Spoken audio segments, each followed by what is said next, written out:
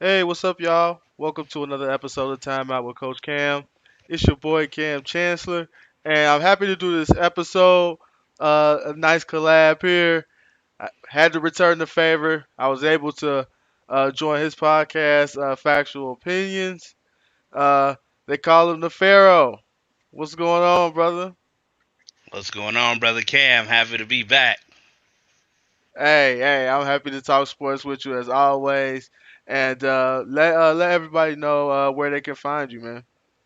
Factual Opinions, man, we are all over. We got the IG popping at Factual Opinions Podcast. It's where we do a lot of the posts and mini blogs and everything. We have a Facebook page as well. Same thing, at Factual Opinions, actually, is the name on there. Once we start dropping the live episodes again, it will be on all platforms streaming. Waiting on my co host to do a couple things right now. I don't want to be like Joe Buttons out here. I love my guys, so we waiting on everybody to get on the same page, but we are ready. We got some exciting things coming down the line, especially as we get close to football season. So ready to go. I'm happy for you. Definitely looking forward to it. Make sure you check him out. Especially as they get going in the fall. Um, we're gonna talk about several things today. Obviously, the NBA playoffs. That's a super hot topic right now. As during the conference finals on each side. We will talk about have a little Bengals talk as well. We'll definitely start off with that, and we'll also talk about Scottie Pippen. We don't know what's wrong with him, but we're gonna discuss maybe where he's coming from if he has an angle at all here. Um, but first, we are gonna get into some Bengals talk. Um, so draft has went past. We got through OTAs, mandatory camp, get 100% participation.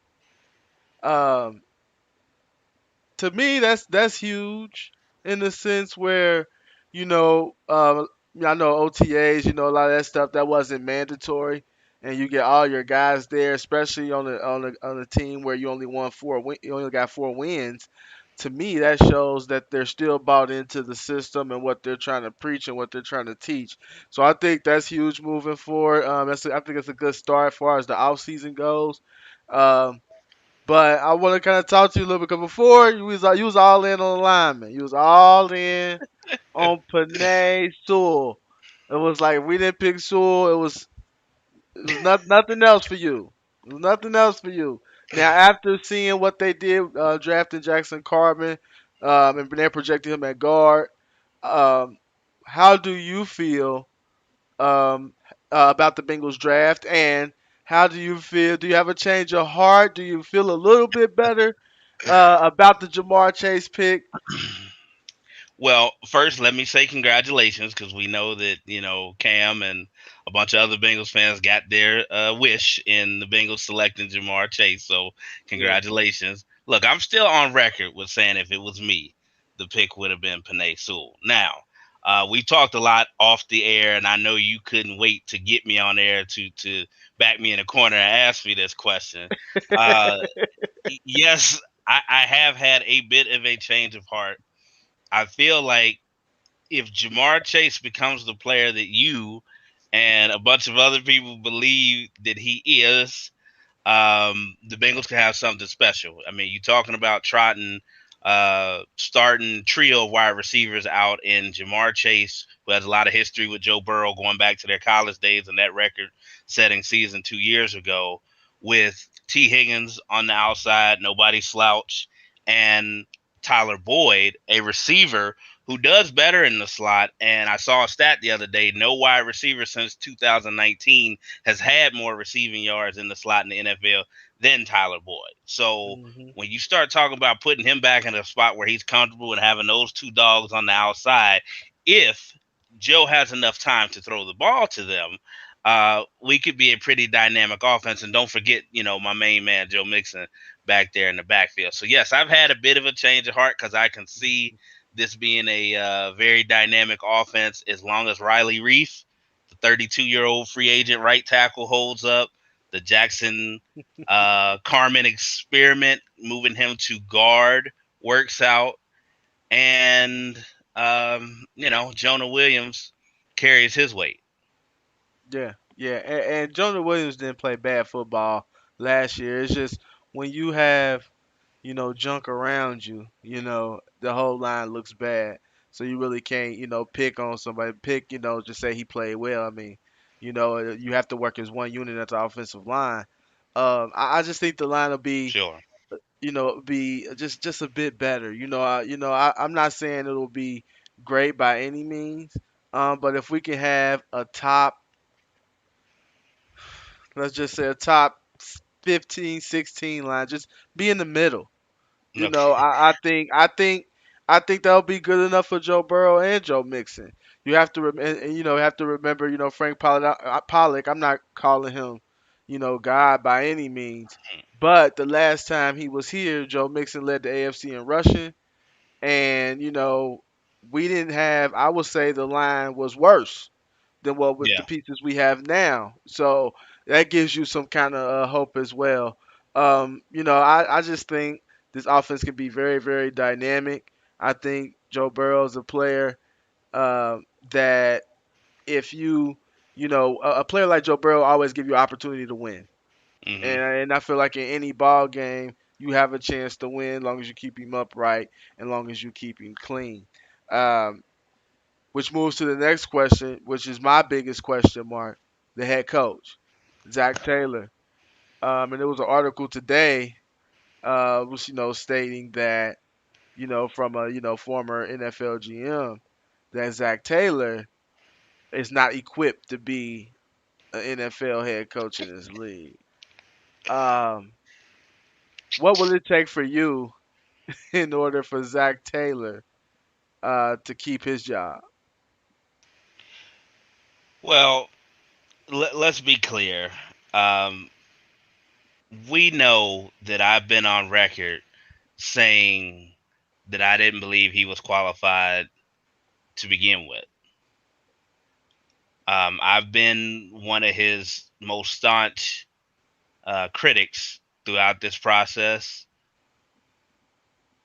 Um, Obviously, why I hence started smiling when you originally asked the question. Right, Uh, but um, I'm gonna be honest with you, Cam. I've seen everything that I need to see in Zach Taylor, to be honest. Now, what I'm hoping, for Bengals fans' sake and the guys actually out there putting. oh, sorry. We looks like we lost my guy Pharaoh there. But for me, Zach Taylor has got to at least get 9 wins, and that's being 9-8. He has to be over 500. It's that simple.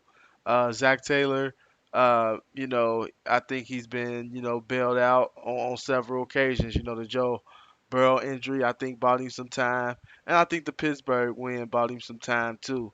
To be honest, but this is the year he has to show that he's ready to be an NFL head coach in this league. J. Crew says not going to happen. I mean, I hope it does happen. I really do hope it happens. But oh my God, Pharaoh, I think he's back.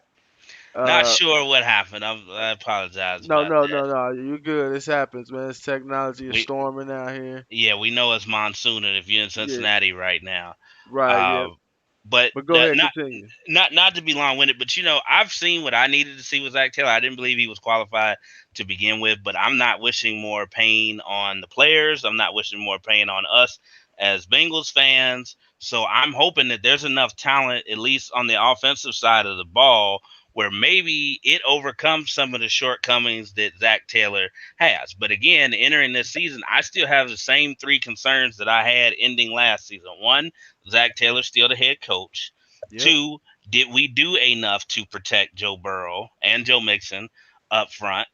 And defense, Yeah. those first two levels, the defensive line, linebackers, I'm still not really impressed with. I mean, I believe we have the best safety duo in the league in Right. Jesse Bates and Von Bell, but they shouldn't be leading our team in tackles. Right. Yeah. Um, Absolutely. so as far as Zach Taylor, I Okay, we got 17 games this year. I Yep. need 9 and 8. Yep, that's what I said while you was gone. I said, you have to give me 9 wins at this point. You have to give me over 500 for me to give you an extension to make me think that okay, we're in prime position to move forward and to be a playoff team.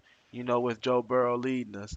But without that, I think he would have to go unless something like catastrophic happens, as far as injuries or things I'm like that. And Cam. I'm and not even even giving that, him that this year. yeah, yeah, I get it. I get it. I totally understand. I get it, but I'm just saying, if something catastrophic like injuries happens, how the Bengals operate, and it would be a chance that Zach Taylor will still be the Bengals head coach. Now, Chris says here, if your team has to save you, you're not meant to be a head coach. That I agree with in a sense, but we'll see. We'll see. Brandon Howard here says got to finish top two in the division. I do agree with. I mean, it's gonna be hard to finish top two. You got the Browns, you got the Ravens, who are in prime position to take one and two, however you want to slice it. Um, but if we got to Yeah, be competitive, we got to hang around. If we're gonna be third, it just can't be a and 7-10 type third Colin place team. Cowherd said something on his show a while back, and I thought it was accurate this year. I'm not really expecting the Bengals to make the playoffs this year, but I do expect them to be good enough to play spoiler to a few Yeah, teams. yep. And I mean, you look at the two Cleveland games last year. For Cleveland to be as hot as they were and finish the way that they did, I mean, both of those games, close only counts the horseshoes and hand grenades, but both of those were one possession games, really Hmm. tight games. They weren't Yep. that far off. They beat the Steelers, Yep. in the rematch. The Ravens, we really haven't figured out that Lamar Jackson At puzzle all. yet. At all. Um, Not so even I, close. so I don't really know what to say about that. I'm kind of upset because I'm used to the previous decade of having that dominance over Joe Flacco in the game. Right. Yeah. Uh, Exactly. Exactly. but no, they can compete. Even with Zach Taylor at the helm. But you guys right. Like if they have to save you, and players do save coaches on occasion, but we're talking about the players having to essentially overachieve the entire season because we may have an inept guy, pulling, the strings. I see Antonio asks who replaces him. I'm assuming that's, Zach if he goes. Well, Mm. I know me and Cam have both been on record about who our first choice would have been back in 2019. I can't believe he's still available for whatever reason. I don't know Yeah. if your wish list has changed, but Eric Bieniemy, the offensive coordinator for the Kansas City Chiefs and former Bengals player himself, still tops my list if he goes. I'm gonna throw another wild name out there that a lot of people would not expect me to say, particularly with my Buckeye loyalty. But I would love to see if we can't get Eric Bieniemy. This is assuming something happens. Jim Harbaugh has always been number two on my wish list for Bengals head Mm. coaches. Mm. So Interesting, especially yeah, Jim Harbaugh. He has success in the NFL, college not so much. But I well, it's wouldn't kind of I wouldn't hard, mind that. I wouldn't mind it. Yeah, I get it. We're not even going. We're not going to go there. I ain't no Michigan fan, so I don't want to be like back in Michigan or nothing. So, but nah, we're not gonna go there with those Buckeyes because I already know that's ugly. That's not even a rivalry at this point. You know what I mean? But for me, there's a couple names I would like. I think that the job is more attractive now with Joe Burrow. mm, When you have a quarterback like that, I think the job is attractive because the coach don't have to find a quarterback. Um, it's a couple names. One that's really shocking, but I said it on my show a while ago. Um, I I like veterans, people that's been there, done that. I know he a little old school, but I don't understand why Jim Caldwell hasn't gotten another opportunity at being the head coach. This is a guy that took the Lions to the playoffs. For and the some reason, Colts he to the gets Super Bowl. in the coach to the Super Bowl, and this is a guy that gets fired after like 7-9 or 8-8. Did he The get fired Lions after haven't. 9-7? No, yeah, 9. Yeah, I believe it was 9-7. He Yeah. got fired after 9-7. in Detroit. Yeah, right, exactly. And what do y'all expect? What are y'all expecting? And they haven't sniffed anything close to that since. So, like I said, I hope Zach Taylor gets the job done. I really do. He just concerns me a lot. Um, but we'll see. This is his team. There's nobody left over really from the Marvin, uh, era outside like Jesse Bates. Players like that. But you look at that, this is his team. He has to do it. There's no excuse for him, not to get it done this season. Yeah, Um, this is year three, so this is make it break it for most other franchises. Year three, if they let you get to year three, because the majority of the time, the 6 wins that he's pulled off wouldn't cut it most other places either. So yep, we'll see what happens again. I'm not rooting against the man because that causes problems for all of us, but yep, we'll see. yep. The Jim Caldwell definitely sleeper. Bring Marvin back. You know what? I wouldn't even be mad at that at this point. With the football team we got, I think Marvin will have us in the playoffs, contending for the division at least. I know he would, but all right, moving on. We're gonna talk about the NBA now. That's what's going on currently. Before we get to these conference finals, I want to talk about the Brooklyn Nets. All year long, I was saying Brooklyn coming out of the East. Brooklyn's gonna probably win the title.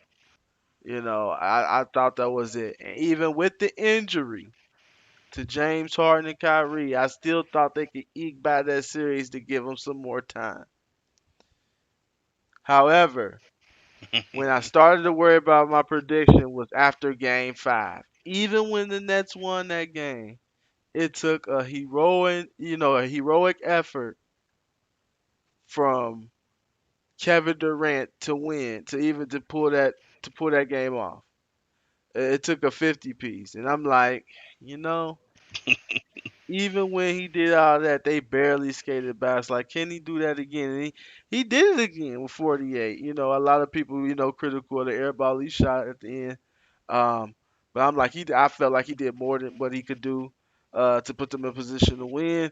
I think he had a gimpy Harden, um, and Joe Harris wasn't making shots, and it just kind of snowballed for the Nets there at the end.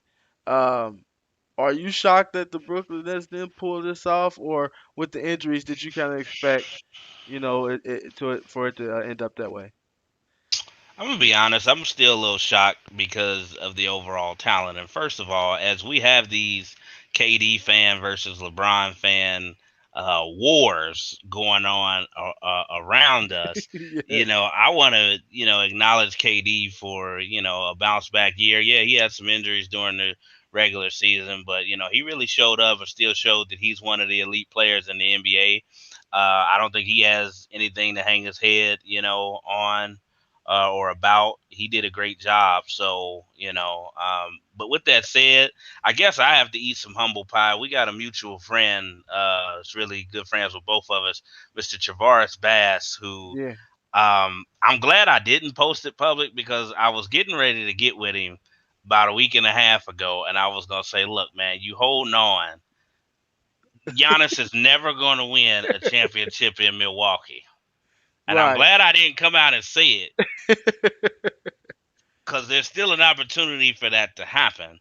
But Yeah, I thought even Harden at 75% or whatever he was with KD, balling the way he was enough to get out. But, you got to give credit to Milwaukee and Giannis for hanging in there and winning a game 7 on the road. But, yeah, there's a part of me that was happy that the whole super team thing, which I thought we were getting away from in the NBA, did not work out. I thought it was back to the duo. Everybody's got their two superstars, and you build a team around them. And then Brooklyn pulls that crap during the season, and you're like, mhm, oh man, this ain't even remotely fair. But I guess nobody cares as long as Steph Curry and LeBron are not in the finals. That seems to be that all the haters really yeah, care about. So yeah, yeah.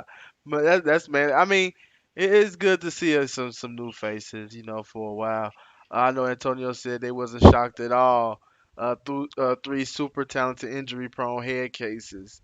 Uh, I mean that's true in a sense. Um, yeah, sometimes you don't know where they're coming from or where they what space they're in. Yeah, But like I the Earth thought, is flat. yeah, yeah, you don't know what type of space he's in, but I just thought they had enough, Hmm. which leads, how they were injured. You talk about Antonio's talking about injury prone. Um, and before I get to that, Brandon Howard says need better role players. I thought they had solid role players. You talk about you have a Blake Griffin, even though he's older in age, you'll take him, on your roster. Joe Harris didn't perform. Um, I'm shocked that they didn't try to use DeAndre Jordan at all. What was that about? Mm. Was he injured? I mean, I thought he was healthy. I Uh, just think that DeAndre Jordan, to me, and this is just my opinion. I know he spent some time with your Dallas Mavericks. To me, he has not looked the same since he left the Clippers. oh Um, yeah, he's not the same player. I think he's up there in age. He's had some injuries too.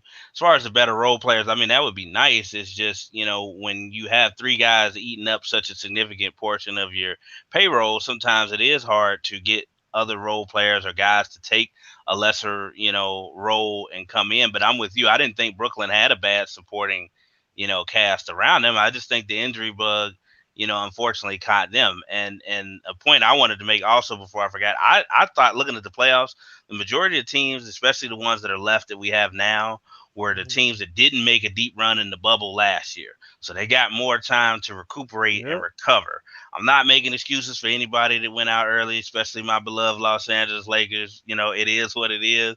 But I do know that played a role in these playoffs. And anybody that says otherwise is not being truthful, at this point. So I think that Brooklyn, still probably should have got it done, but I don't really want to take away from what Giannis and them were able to do. That's a team that is more or less, with the exception of a few guys, been together for a few years now. They've grown as a team. Giannis desperately wants to, even with those two MVPs, be seen in the same light as some of the other guys we talk about. So he had something to play for too. Yeah, yeah, yeah. No, no, and I agree with you 100%. He said, did he play in the series at all with all DNP, referring to DeAndre Jordan? It was all DNP. He didn't play at all in this postseason, which was very strange to me, considering they could have used size and rebounding, in that series. Um, like I said, for me, I was shocked still. I thought they would find a way, but like I said, after game five, even when they won that game, I knew they was in trouble. It just Yeah. took too much from KD to just win that one game. And that's when I knew, the Bucks could possibly pull it off. And like I said, I'm happy for the Bucks. Unfortunately, like, Giannis goes down. Last night, they say it's a hyperextension. It does come out. Um, it does come out. It did come out and say there's no structural damage, just a hyperextended knee. He's doubtful for Game Five. So for me, do you think the whoever wins this finals, do you think it's kind of like looked at as uh like these last little couple years, you got like kind of a bubble season, which people call that the bubble ring or whatnot. And I know you're a Yeah, yeah. Lakers fan, so I know Someone you gonna in do. particular I know said You that, said but yeah. the ring is the ring. The ring is the ring. No, I I am. and this is without as Go much ahead. bias as possible. No, I'm not really into discrediting championships. Yes, the whole bubble was different, like Scottie Pippen's crazy self said, and not having to travel and play in front of a crowd and everything. Yes, that factors in, but I'm not into putting asterisks next to chips. That it just cheapens it, and people only use that as an argument for or against whoever they're rooting for. So Mhm. no, a ring is a ring. This year, yes, injuries certainly played a factor. I mean, we talking about the Western Conference Finals. Kawhi Leonard, is not playing right now, and that's Mhm. certainly impact in that series. I know everybody wants to see CP3 get, his first ring, and Yep. I'm kind of on that bandwagon too. But I really don't like to see things impacted by injuries. But let's face it, it's a part of the game, and Yeah. you have to deal with it. So no, I'm not putting any asterisks next to it. Whoever wins wins, and hopefully the season will start on time next year, and people heal up, and we'll get back to some good basketball. Not that this postseason hasn't been, but yeah, that's where my stance is. We're not cheapening rings or putting asterisks next to championships. No, you gotta count them. Like you said, injury's part of the game. It is what it is. Unfortunate. But the game still got to be played. Yeah, Uh, it look like we got a question mark here. A ring is a ring. Yeah, it's a ring, man. Like you gotta. I mean, you have to. You still have to play the games. Like the Suns have to finish off this series. They got to go to LA, where the Clippers feel confident that they can take it to 7. So even with injuries, the Clippers really should be winning this series. If you look at the series, Phoenix been barely skating by, and and I feel like the Clippers have been really the better team in majority of the minutes. It just comes down to a few things here or there down the stretch. Uh, you know, Paul George missed some free throws. And by the way, I want to talk about Paul George for a second. I was He's getting been ready going to ask off. you what your He's opinion is he's now. been going off, and the same way we give stigmas to players, is the same way they need that. We have to be fair, and they can work that stigma off. And I think we forget Paul George Indiana days when he used to battle with LeBron. Take them, deep in the series in Eastern Conference Finals. It wasn't no pushover. It's hard being a number two sometimes. I think you're seeing now where he doesn't have a Kawhi to defer to. He got to be the guy, and he kind of flourishing under that circumstance. So I don't want to be a prisoner of the moment or anything, but we've seen Paul George in Indianapolis do this, and I'm glad to see it come back around because he's a special talent, and he got all the moves, the package, and everything you would want in a player. So I'm happy to see him doing his thing. How you feel Sure. about it? Well, I'm not ready to call him playoff P yet, Nah, like like you see, I ain't say that. like he wants to be called. But no, in all fairness, he certainly has balled out, and his range and role is kind of deepened and changed with Kawhi being out. But I've been one of his tougher critics over the years because I've always believed that Paul George wants superstar money and superstar attention, but does not want superstar responsibility and comes up kind of short. Now, I forgot which game that was where the Clippers were up one and he went to the line Yeah. and Game two. yeah, and miss both free throws, which opened the door for that game to change. But I mean, it's ebb and flow. So he's stepping up. He's doing what he needs to do now.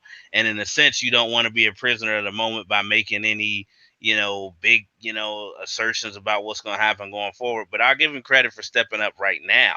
Now he's got a history of, like I said, coming up a little short. I think Paul George is a great number two, or as you mentioned in Indiana. I don't think those Indiana teams back in the day got enough credit for the talent and the team structure that was around him. I mean, you had an all-star forward in David West, crazy man Lance Stevenson out there, George Hill, that Roy Hibbert, back when big men were still part of every Yeah. game in the NBA. There was a team around him. Danny Granger before he got booted off that team due to injury. So while he was the man, he always had a team around him, and I Right. think even going to OKC, if stuff didn't work out, Russ was more or less going to be the one that people blamed and stuff. So he didn't really have to, take the brunt of criticism there. So I like Paul George owning this, and I'm sure he gets on IG and social media and sees all this crap. Yeah. He one of those. He one of those. Yeah, he's definitely pays a little bit more attention than I think he should, Mm. to this stuff. But give him credit for stepping up to the plate now. We got a game 7. We'll see what happens. Yeah, yes, absolutely. And I just want to go back here. It said PG going 5 for 25 tonight. I was like, I don't think so. I mean, it's possible. We've seen it happen, Well, but recent history would point to something like that happening, it but will, it will. But I think he's ready. I think he's gonna come out and perform. I think it's going to 7. Uh, let's see here. You said you see how he did CP last game. Y- yeah, that's been a meme. That's been on everything. I Uh, like that meme though. I wonder if State Farm covers this. yeah, yeah, exactly, exactly. Yeah, so yeah, we definitely seen that, and hey, I think I think he locked in. Some players get locked in at this certain time. I think that he's locked in, and I think he'll be ready to go tonight as well. You know what the Uh, playoffs does do though? You know, it exposes who's prime time and who's not. all the Because time. another person we haven't spoke about yet is this Trey Young character Uh, for Atlanta. Now he's Madison Square Garden's most wanted because you know yeah, who my other team is. the Nick. Yeah, so he Yeah, gave he us a little disrespected Reggie them Nick. Miller performance and hitting the three from Yeah, half court and bowing or whatever. But I liked it though. I'm like, man, this dude has some swag. He's clearly prime time. He's about that life. He's ready for the moment, and he's got the yeah, Hawks, with a chance to get to the NBA Finals. So, and in that sense, we learned that Julius Randle is not quite a number one in New York. I really didn't right. think he was, but it definitely got exposed in the playoffs. And it's similar. Getting back to Paul George is what you see, man. He has superstar ability. I just wouldn't bet my house on it. Gotcha. And that's a fair assessment. That's a fair assessment. And to go back to the Suns and Clippers series, says series is this way because of the Dust Bucket Beverly. He has been irritating for I against like but that. yes, yeah. I mean, look, Patrick Beverly is one of those guys that you would love to have on your team, and you hate to play against him. He annoying, he a pest, and that's what he's literally out there to be. He's not there, and just to hit an occasional open three. He's not out there to do anything else is but to be an irritant. And you And that know, he does well. and he That does man well. He is thrive off that. He that man is just as ugly as his game is. And like you said, he's out there to cause problems, get under the skin of the best player, play tough defense. I'm not mad at him because we used to have a lot of players like that in the league, and now you really don't. Yep. So it's refreshing to see a guy that still gets off on playing defense, and he's a barometer for that team. I think he's another one of those emotional leaders that, like you said, you love to have on your team, but Hmm. man, when you playing against him, like I cannot stand this dude. Right, exactly. And he done made 10. He got 10 million a year off being an irritant Yeah. and playing defense. Another thing we haven't Coach Lou. I think you gotta really tip your cap to Coach Lou. A lot of people, well, was saying that a lot of people was saying that Ty Lue was a product of LeBron and and this that and the third. And look, when LeBron left, they struggled. Um, But Ty Lue is showing, that he is one of the top coaches in this league. He's pulling out all the stops against the Suns here, and like I said, they've been in position to win every game Hmm. in this series. Pretty much. I think outside of game of 4, but they've been in every game, and I'm that's great coaching on Ty Lue. So definitely tip my cap there. So Yeah, it's I mean it's great coaching because you've essentially been playing without your best player. And yep, anytime that happens, yes, the guys on the court are the ones who get it done, but that's coaching, man. That's adjustments because a lot of yep. teams, I don't care what sport it is, a lot of teams, if it's a team sport and you lose your best player, you're in trouble. Oh yeah. And not only this, but the last series they pulled out in a similar fashion with Kawhi not being available towards the end of that series, and like you said, Ty Lue getting his fair shake, apart from LeBron, showing what a coach he is definitely something that I'm happy to see, and I want that narrative to be out there no matter what happens this Hmm. year. That I think Ty Lue solidified himself apart from LeBron as an elite coach in this league.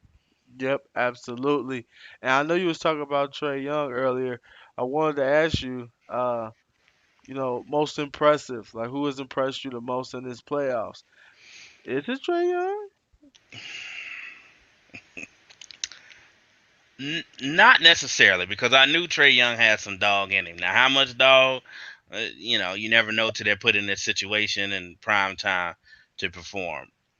Um, no, I think that the Suns, even though I picked them at the beginning of this year as my dark horse or most improved, team, still surprised me, because when I said that, I'm thinking the Suns will go from barely missing the playoffs last year to maybe getting like a 4 or 5 seed or something, like Mhm. this, maybe winning a series and getting bounced out.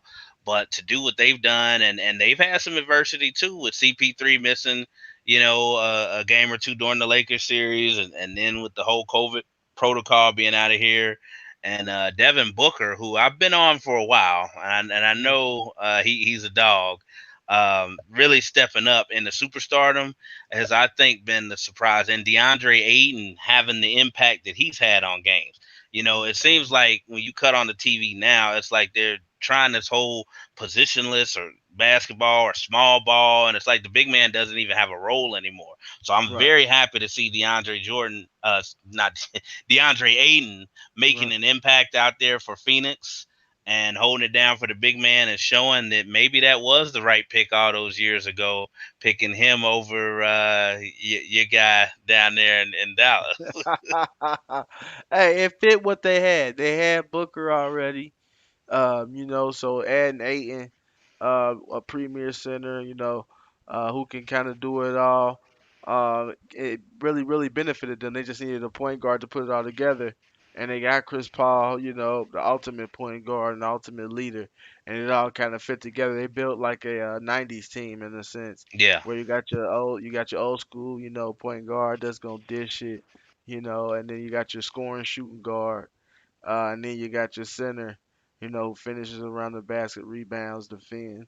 So they're built like a '90s team, and they play well. Huh, So that's my interesting. surprise. The Phoenix Suns out there in the desert. What about you? Who surprised you most this playoff? Mm, um, Surprised me this most this playoffs, honestly. Um, you know, and it's gonna be kind of like the opposite thing. It's the 76ers. The way they went Mm. out. Um, I'm disappointed in Ben Simmons. Yeah. I'm done with Ben Simmons. I've tried, to be on his train because I know like if he could just even develop, I'm not even talking about a 3-pointer.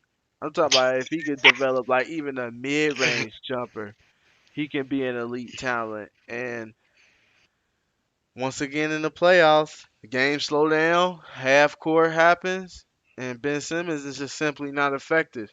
All the games he had this year where he dropped, the 40 points, and he had all these big triple doubles, just did not carry over to the postseason. It's something, I think it's something mentally.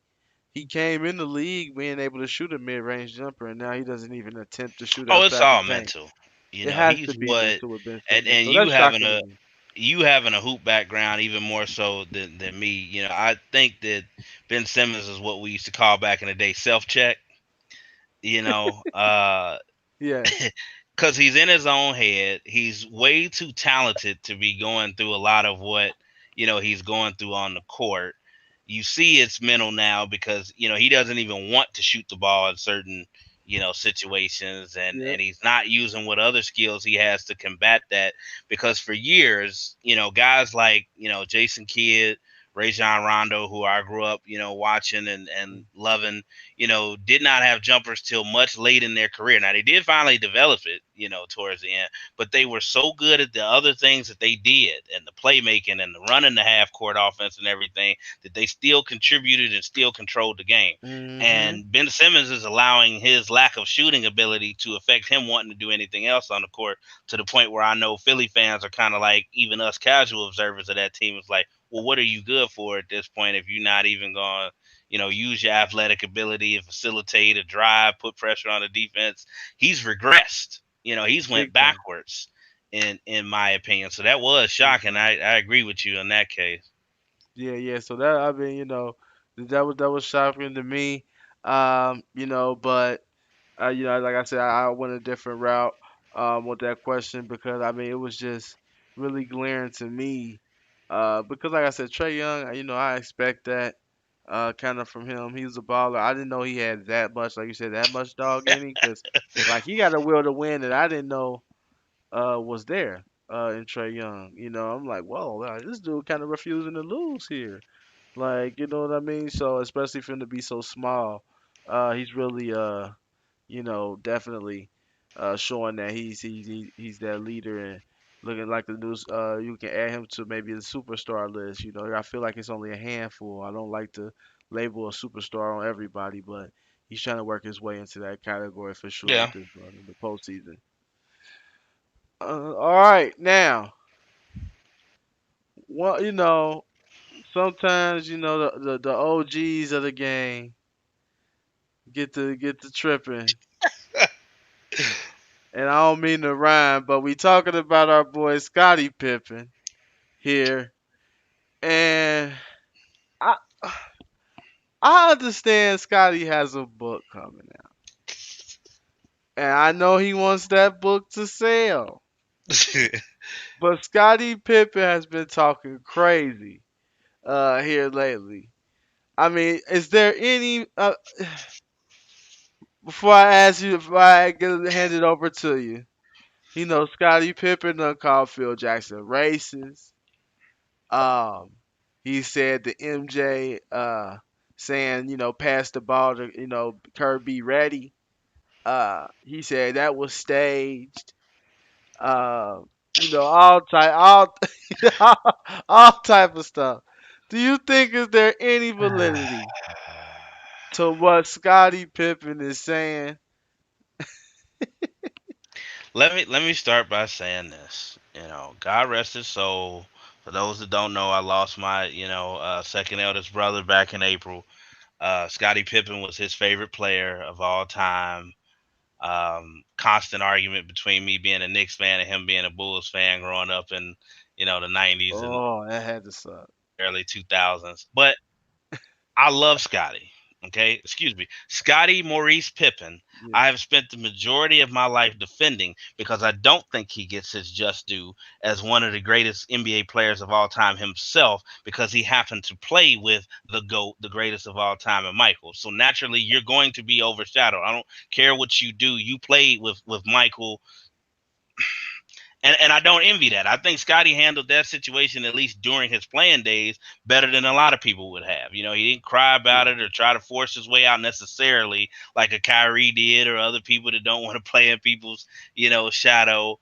But on this one, I'm drawing the line. I don't give a damn if it's about the book or he's feeling some type of way. He's got his new wine or Bourbon, alcohol, yeah. bourbon, whatever it is out. I saw him posting that on IG today. He's looking really strange. I don't know if it's the stress from that divorce he's going through or whatever. Scotty, I'm not riding with you on this one. This is foolish. Uh, Whatever you want to say about MJ, y'all have been cool over the years. I'm not saying that they were butthole buddies or anything, but they've been cool, over the years. Michael has gone out of his way. A lot of people criticize him, and I'm sure you paid attention to this. Michael has gone out of his way, especially since he retired, to say, look, whenever you mention Michael Jordan, you should mention Scottie Pippen. That was the first sentence he said Scottie at his Pippen. Hall of Fame speech. Um, he's Right. also reiterated that, and regardless of how they felt, the Last Dance documentary was cut. He said Scotty was my favorite teammate. They were the only two Bulls that were on all six championship teams. I've never heard him, even when Michael retired, what Scotty said was selfish. Really don't think he has room to talk with some of the stuff that he pulled, particularly during that year when Michael wasn't there. And we'll get to that. Right. Like when he set out Hmm. because the play was drawn up for Tony Kukoc. Uh, Right. he's always deferred. When Michael first came back, he said, "Hey, this is Scotty's team. I'm finding my way back, into it. I've seen it. The stuff is on tape." So I don't know where he's coming at with this or why, other than the whole publicity thing, which I don't like. Phil Jackson being racist. First of all, let me attack that. I'm usually kind of careful about defending people that I've never met personally, or just keeping it specifically about what it is they do, as an athlete, as in a coach, and doing it that way. But I'm going to take a leap of faith here. I think I know enough about Phil Jackson to say that he's not racist. I know the whole little comment about LeBron's posse got taken out of context, too, and stuff. I just don't like this thing that we have in society, dissing our OGs, our legends, whether it's sports, music, whatever. It just gets to a point where it gets too convenient to do that now.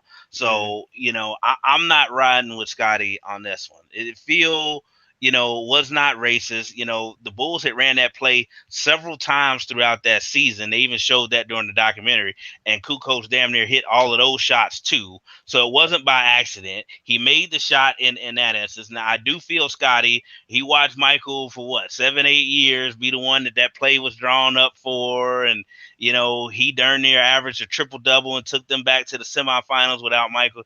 Yeah, he wanted that play to be drawn up, but this crap about making it into something else, feels racist and Michael's selfish or whatever. The only thing Michael was selfish about to me that I saw was he wanted to win and would do it at all costs. Oh, yep. And I don't believe whether you got a book coming out, a TV deal, whatever, you should be throwing people under the bus. Yes, Last Dance was shot a certain way because it was Michael's documentary that you all were a part of. So at the end of the day, yes, it was going to have his opinion more so than anybody else's of those 6 championships. But Scottie is out of his damn mind, and I can't ride with him on this one. So whatever y'all want to say about Scottie now, I'm probably not going to defend like I have over the years on social media. No, funny here. I said them corn when he got those cornrows. I knew he was tripping. No, no. Look, the Last Dance hurt Scotty feelings, and I don't know why though. There was no lie being told. There was no lie being told. Um, Now the whole thing I've heard people say, well, Jordan didn't even play that year. Why was that included? I'm like, well, that's the whole part of the story. You know what I mean? Jordan gone, this is happening, and it's the following year. It's just part of the story. It's he comes back eventually, so that's part of the story. And and like he said that he said the same thing on the Last Dance. There's no Michael Jordan without Scottie. He said he reiterated it Thank you. basically. You know, so he gave Scottie Pippen the utmost respect. It's just some things that Scottie Pippen did that was a part of the story that was true, and it made him look kind of silly. And but that's part of the story. Like Yeah, on our last year, you decide that you didn't want to uh have surgery in the yeah, off season. You want that to wait till the was season. That came out of your mouth, Scotty. that was selfish. Basically saying he ain't want to f his summer up. So how the things that you put on camera you upset about? Well, That's I think that's what. yeah, I think this is all coming back to things that, like you said, Scotty is dealing with personally, or Scotty felt a certain way about back then, and it's coming into the light now. Now, like I said, with a book coming out or something like that, maybe he has some incentive to throw guys under the bus. But, these are guys that you have a lifetime brotherhood with, whether you were best friends or not, that I wouldn't be willing to throw under the bus for, a book coming out. Because at the end of the day, that's still all you got, and once you're Hmm. done and out of the limelight, that's all you got is those memories to hold on to anyway. And regardless of how Scotty, feels, he was a major part. He was a co-captain on one of the greatest, teams or dynasties in all of sports, not just the NBA. So I don't Hmm. understand what he's feeling, any type of way about, because when I watched The Last Dance, I've seen other people say, "Oh, I look at Scotty differently." I didn't see anything that made me think any differently a Scotty in that, to give him a plus, which I said I wasn't going to do, but I will.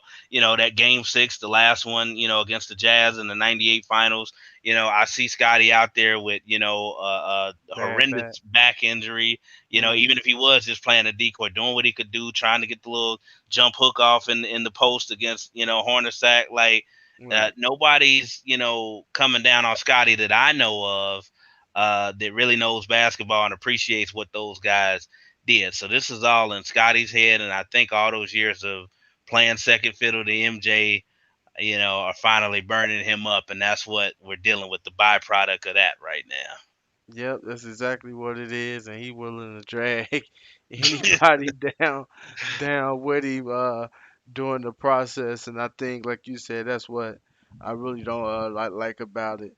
The fact, when you pin somebody, call somebody racist, that's something very, very serious, in today's society as we trying to Yeah. fix things, and you just, throw that word out there like that.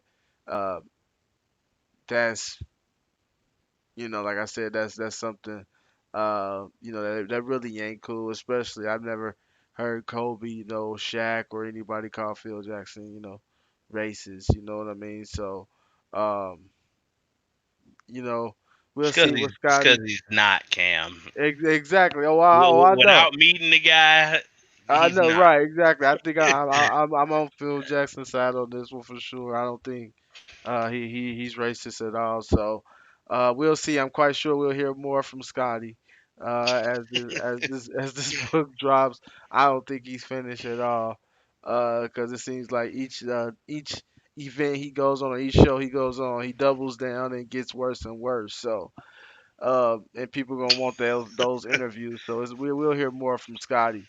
Before we go and before we leave the show tonight, I know you want to do a shout out to a person, a player, one of your favorites, uh, that finally made the Hall of Fame. Feel like I think we all feel like was way, way, way, way, way overdue. Yes, I got to give a big shout out to Mace Christopher Weber. Chris Webber, aka C Web, making the Hall of Fame, much overdue. I think it's lame and horrific. One of my boys, Jeff, was talking about why is it. He asked me about a week and a half ago. He said, "Why is it that people still bring that timeout up when they talk about Chris Webber?" I think that's whack and needs to be passe at this point. And I said, while I agree, I I think it gets brought up because it still is a major moment in basketball history in general. Hmm. Um, think about how different things would be if the Fab Five won that game and they won a national championship.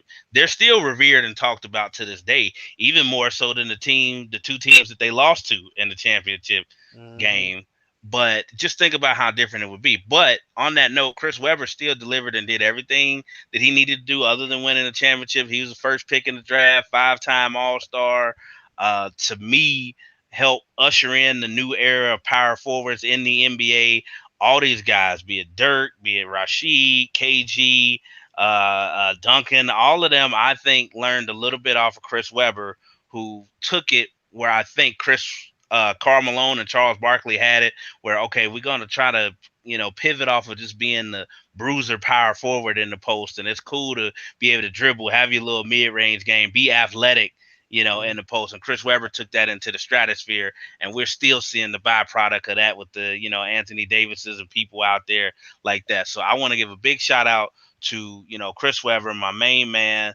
Was part of the only unit in University of Michigan history that I'd ever rooted for in the Fab Five because they were cultural. It was bigger than a school rivalry or beef. What they did for the game and for sports was culture, so it transcended the sports. So big shout out to Chris Webber, long overdue, man. I'm happy that you're in there. And if we're gonna do this celebrity, boxing matches and stuff, I think we need to start doing the ones that really matter. We want to see. I want to see him and Jalen Rose, squash their stuff in the ring. I want to see Donovan McNabb and Terrell Owens. I want to see Game and 50. I want to get the people in there that really matter. But the thing is, Jalen Rose and Chris Webber finally spoke. They They finally, spoke. after all those years. So I mean, maybe that's something. where that could be salvaged. Like I said, the It Magic could be. Johnson, Isaiah Thomas was a long time too. It can be salvaged, but if you saw the Dan Patrick interview afterwards, where he asked him, are things all passed up, and he said, no, we still got to talk, and he made sure he put or box, and when a guy says that, he still got some, Yeah, yeah, but yeah. behind it. But I mean, that's for them to settle. But I'm just Right, saying, I'd rather see that than Lamar Odom versus Aaron Carter. If we're gonna get the matchups in here right, that everybody want to see. right. Nah, I feel you on that. Yeah, Chris Webber was definitely huge. You know what I mean? Because like I said, he was so athletic, man, and what he could do at the four position then in the early night was amazing. I think it was Larry Bird said because they brought the guys, college guys in to play Hmm. the dream team. And he said, man, like when I seen guys like Chris Webber, it's time for me to get the hell out of here. Cause I Yeah. mean, you got guys 6'10", dribbling, going behind their back, dunking on you, going coast to coast. It's Larry Bird, like it's time for me to get up out of here. Uh, but no, the only time I didn't like Fab Five is, of course, they beat my Bearcats in the Final Four. So of course, that's the only probably game I didn't like them. But hey, you know, uh, they was definitely I'm on that board too because for everybody that doesn't know, as big an Ohio State Buckeyes football fan I am, I would like to think, and you can ask Cam, and he can agree or disagree. I am equally that much a Bearcat basketball fan. So yeah, that did hurt, And actually, I watched that game the other day when I was at the gym on the elliptical. yeah, Was watching that old game and Corey yeah. Blunt and the gang, and it was Yeah, hurting like it was yesterday. So yeah, that's I the only know. time I didn't approve of the Fab Five's antics was against Cincinnati. But again, shout out to C Webb. Hopefully, Bob Huggins, who was a finalist, Th- semifinalist as That's the well. travesty. Yeah, I don't know That's the what we're waiting travesty. on, I but don't know what we that waiting should be on the either. next one. I mean, are you talking about 800 wins and you're not? eh, I don't He's understand. sixth all time, and I know we're getting a little long winded here, but he's sixth all time. Mhm. Uh, he's one of two coaches ever to win 300 games at two different schools. The other being Roy Williams at Kansas and North Carolina. I know he didn't win the chip. He's been to the Final Four twice. I hate to do woulda, coulda, shoulda. Listen, we all know what would have happened if Kmart didn't go down back in 2000. We'd be Right. talking about a totally different story anyway. So Mhm, put Bob mhm. Huggins in the Hall of Fame. Let's stop. Let's get Willie Anderson in the Hall of Fame. I'm Right. tired of this Cincinnati bias. Let's do what we Yeah, need to do. yeah, exactly. They say they got one more boxing match, Cam versus the Buckeye mascot. I said that might be a good one there. Nah, but we all can agree exactly. Willie Anderson. We talk about guys like of course, before our time, Ken Riley. You talk about a guy Yeah, that's top five in interceptions of all time, and he's that's not in the Hall of ridiculous. Fame, and And that's and he's ridiculous. and And he's of course, tied he's the with only one Charles that's done it. Woodson. Yeah, Charles Woodson. He played from 1969 to 1983. Now we all know they really wasn't even throwing the ball that often back then. So that means he had to damn near be picking it off every time they threw to his side. That's a travesty that Hmm. he's not in the Hall of Fame. And I even wrote Deion Sanders on IG. I knew he wouldn't see it, but I just hoped that he would. Stomp for his fellow Floridian, his fellow defensive back. Of course, Ken Riley passed a few years, ago, so now he won't see it either way. But I think it's important for us as Bengals fans to keep bringing stuff up like that, making posts and stuff, because if the guys like that don't get in, or Kenny Anderson or whatever, we're gonna be seriously old and gray before Willie Anderson or Ocho Cinco or Corey Dillon or any of the guys that really from our era, Gino, AJ, that you can make an How about that? argument for to get in. We got to get this Cincinnati bias done away with. Man, Geno's an eight-time All-Pro. If he doesn't get in, we have no hope of getting in, of anybody getting in. Seriously. But Yeah. I appreciate you for coming on the show. It's been real. We'll have to do it again. Do this collab again. Seems like a lot of people liked it, so definitely enjoy. But that's it. You catch another episode of Time Out with Coach Cam later. We out. Peace.